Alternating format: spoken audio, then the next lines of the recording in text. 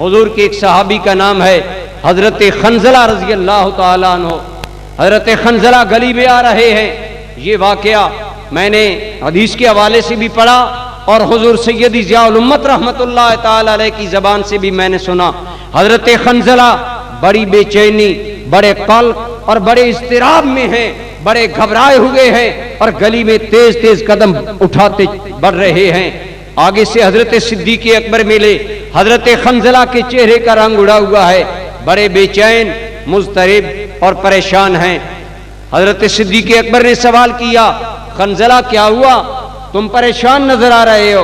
अर्ज करने लगे, नाफका खंजला, अबू बकर मैं मुनाफिक हो गया हूं, अबू बकर मैं मुनाफिक हो गया हूं।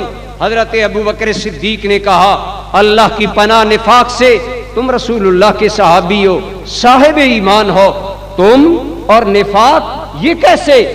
ऐसी कोई बात नहीं, घबराओ नहीं, बताओ तो सही मामला क्या है।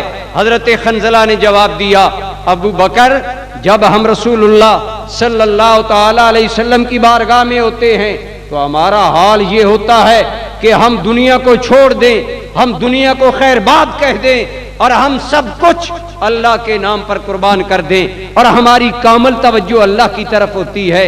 लेकिन ऐ अबू बकर जब हम बाजार में आते हैं, जब अजीज़ व अकारिब में आते हैं, जब मामलाते हयात में आते हैं तो हमारी वो हालत नहीं रहती जो बारगाह रिसालत मआब सल्लल्लाहु अलैहि वसल्लम में होती है। तो ऐ भाई अबू बकर बताइए, क्या ये निफाक नहीं है कि हमारी वहां हालत और होती है और यहाँ हालत और होती है? हजरत सिद्दीक़ अकबर रज़ी अल्लाह ताला अन्हु ने फरमाया, खंजला ये मामला सिर्फ तेरे साथ ही नहीं हमारे साथ भी है।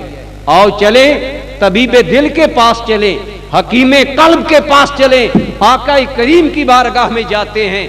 ये अपना दिल का हम गुबार पेश करते हैं और आका करीम से ये इस बात की वजाहत चाहते हैं। जब दोनों सहाबी सिद्दीक़ अकबर और हजरत खंजला सरकार की बारगाह में गए, सारी बात सुनी तो मेरे आका करीम सल्लल्लाहु ताला अलैहि वसल्लम ने फरमाया, नहीं खंजला ये मुनाफिकत नहीं है, तुम मुनाफिक नहीं हुए।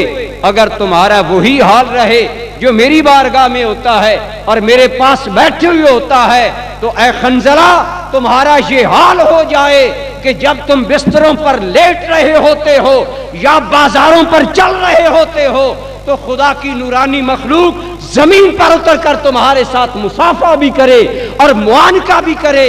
बरादरान गिरामी कदर, पता ये चला जब बंदाए मोमिन का ज़ाहिर व बातिन सिद्क़ का हामिल हो जाता है तो फिर ये मकाम आता है कि खुदा के मलाइका आकर मुसाफा भी करते हैं और मुआनका भी फरमाया करते हैं। दोस्तान गिरामी कदर, ये है सिद्क़ का दूसरा मकाम कि जबान से भी सच बोले और दिल भी उसकी ताईद करे और दिल भी उसकी साथ रहे।